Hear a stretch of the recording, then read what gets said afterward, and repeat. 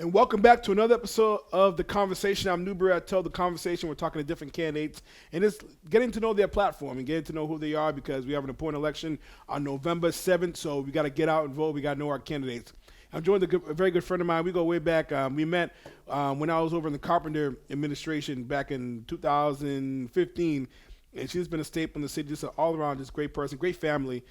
Cynthia Hodges. Cynthia, first and foremost, thanks for coming on. You're running for a city council at large. Thank you for coming on the podcast. You're welcome, Newbie. Thank you for having me here. Let's talk about, for people who don't know who Cynthia is, talk about who you are. You're a business owner, and talk about why are you running for city council. Yes, good afternoon. My name is Cynthia D Hodges on the ballot. Everybody knows me as Lady C&J because Yeah. I'm the owner of Lady C&J Cafe / Catering Soul Food. But I am here running as council because, first of all, I would like to say that I am running due to the fact that I am the only woman running, and we definitely need a voice. We need a voice, and I think that Cynthia is the voice for all the citizens and in the business owners and anyone that wants to contact me. We have numerous of city councils. I enjoy them also, but I think everybody needs to have a voice. You need to come to the businesses. You need to get out in the public. You need to also ask them, what we need, what are we missing? What's going on in the city? How can we help your business? How can we help people? How can we help? Whatever need should be going on here in the city. And I haven't seen no one. I can count, again, I say on two fingers, how many people have come down and say, Lady C, what do you need for your business? What can I help you do with your business to keep striving? I strive because I know how to strive on my business because I've been a business owner for a long time. But we do need a voice. And we don't need a person that cannot advocate for us. We need someone that's going to advocate, going to have a voice, going to listen to our complaints, because I'm sure a lot of us have a lot of complaints, but be able to listen no matter what the complaint is. I will be here for you. That's why I am running. I'm running for a voice. And, I can say change, but we all has to work together for change. We get together with all the councils who are gone, and then we develop change. But I, as a one person, as a council, if I am elected and can have a voice for each and every one of you guys, I can get out here and I can ask you, what would you like to see for change? That's my point of view on it. So talk about, as a business owner, what perspective that you're going to be able to give on the council. What separates you from, those are good candidates running, but what separates you as a business owner, having that perspective, on the council? Well, as a business owner, we have quite a few business owners on the council, so I'm not going to knock them. But me as a business owner, it's the voice. I think I can get out here. I've experienced tough times, and it's still tough times. So I think that what I can do as a business owner, I can get out here and share my experience and tell them what my downfalls were and try to see where there's a business owner with, need help or with downfalls. I can get with my local councils, also the ones that are businesses and the ones that are not, that has the experience. But everybody say experience matter. It's learning, not experience. You learn what you know and what you do. So anyone can sit on the council and learn it. It don't have to be an experienced person. It has to be a knowledgeable person that can learn and understand what we need for the citizens and for the people. Let's talk about what is your vision for the city if you get elected? What's your vision for the city? What are some things that you're going to try to champion on the council? You're one of 11. It's not, it's not just you, but what are some things you want to champion? Yes, I am one of 11. Actually, I'm one of 11. So, what my vision is to see that, of course, we want to have education, safety for the schools. Everybody talk about road infrastructure. I mean, we can talk about it, but that's a different level from us. But we can make sure that we table it and make sure that it be done. Also, safer streets. You got to talk about the mental health issue here, the fentanyl, the homeless, all of those things also need to be tabled, because you take a look at down Main Street, that's a big problem. Who's gonna come here to this city when you get there at Main Street and you see all the homeless people there? And we shouldn't talk about them. We should try to get together and try to figure out a way to help them. So as a council, I will have more of a voice than I do as a civilian. So what's going to separate me? I'm not going to only go for the businesses. I'm going to try to go for every aspect of need that I think need to be improved here in the city, along with whoever my colleagues are, on their seat. That's what's going to separate me from them. I want you to talk about there's three big topics I want you to. There's plenty of topics, but I just want to touch upon these three. First and foremost, the fairgrounds. The fairgrounds. Are you in favor of the city purchasing that land from the Carneys? I know it's not. It's in talks. It's not official yet. It's got to go through the city council to be approved. How do you feel about that? And yes or no? If you want that to go forward, and if so, what do you want to see go in there? Well, Mike, first, I would like to clarify an article that came out. I'm glad you asked me that question about me. Is that they mixed the article up about the fairgrounds. And yes, I would love to see this city purchase the fairgrounds. And my opinion on it, I think that Chris and George Connie will give the city a fair shake. I mean, of course, we got to have appraisers. We got to make sure that it's right.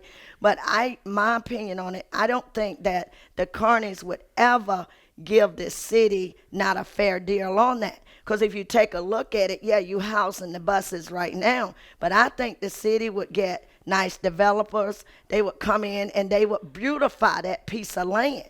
That's my point of view on it. And again, like I say, with George and Chris being the owners of it, if they want to sell it, I think they would give the city a good, price on it. But like I say, of course, they want to get numerous of appraisers to make sure they are getting the right price, to make sure it's a fair shake. But I really, in my opinion, do not. Because I want to touch bases on where they put me in the paper about when I said that I think you should save what you have. I had a question brought to me about why we should bring new businesses here in the city. And I, as a business owner, think that the city should save the businesses they have here instead of not bringing, new businesses here. Look how many of our old business moms and pop shops that has closed. We closed for a reason. They closed for a reason because they couldn't get funding. They didn't have funding. They didn't know how to, try to keep their business afloat due to COVID. And my gripe on is you save what you have. But if you have something like the fairgrounds that you would like to see, I mean, that could be later down the line, that could be a business for someone. Mm-hmm. That could be someone that maybe went out of business that could help establish a business. I don't know what their plans are, but if you can save money on purchasing it than renting it, that would be a good asset for them to do, because asset always important more than a liability. I want to talk about this. I guess they're connected. Is that, we're not sure if that could go through because we're in a deficit right now in the city. We're in a deficit right now. Where it seems like it's at least $14 million, and I'm hearing possibly more with the school system. And I know the school committee works on the school budget, but inherently it's going to become everyone's problem because the money has to be paid. Are there some vetting processes that you think should go in place where something like this will happen? Because the city council does approve the school committee budget. And it seems like once the school committee submits to the city council, it almost seems from outside looking in, it's a blind approval. And there's not much safeguards and vetting on that school budget once it's approved by the school committee. So the school committee approves it, it goes to the city council, and for the most part, it's approved.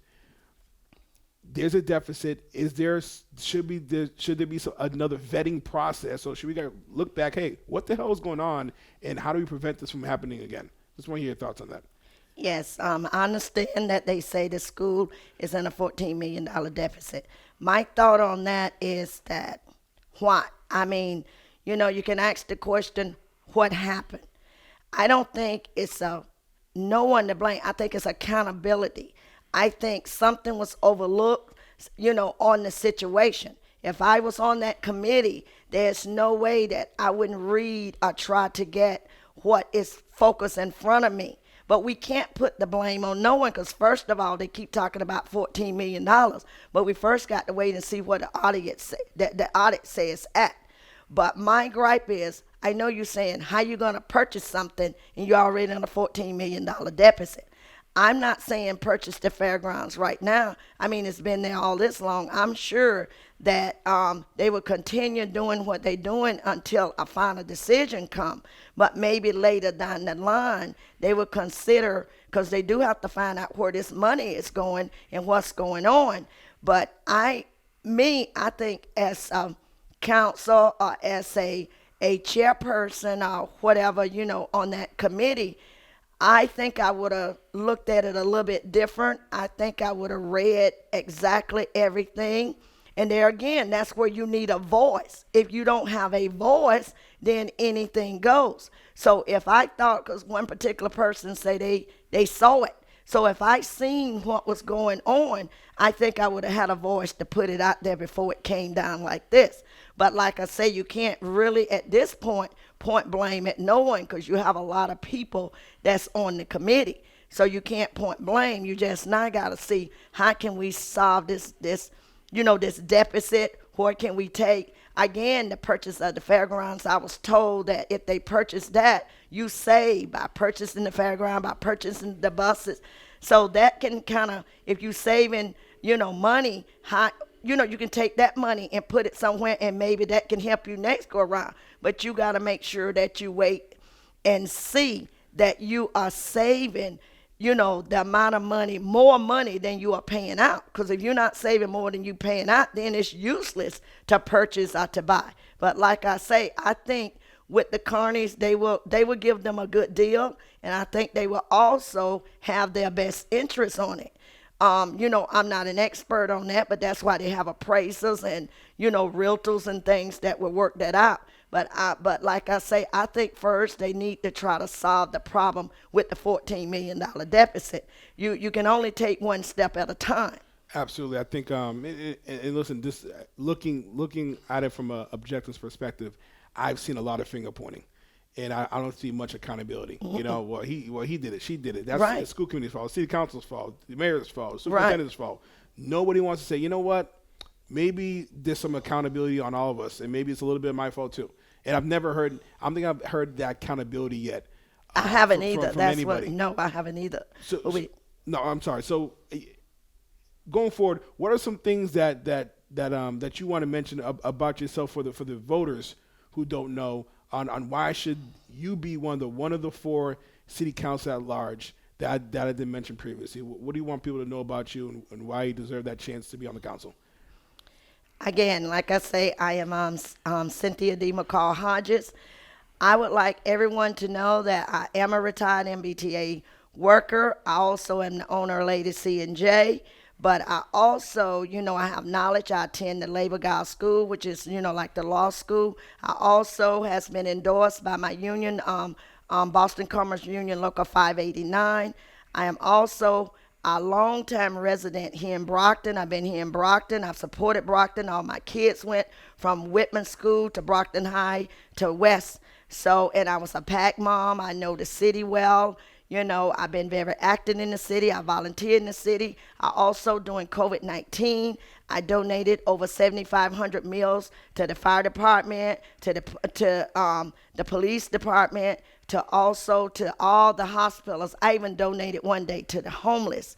So, and if I am your elected candidate, trust me, you will have a voice. If I'm your choice, I'm going to always have a voice for all of my neighbors, my citizens. You can always come to me and you can ask me. I mean, no matter, even when you see me in the street, if I'm elected, I would take time out to speak with you. My time is your time. No matter what I'm doing, you can always call me. You can also email me, at vote, DMH at gmail.com. Or you can always call me. I'm going to put my phone number out there. My phone number is 508-423-9273. It's public anyway.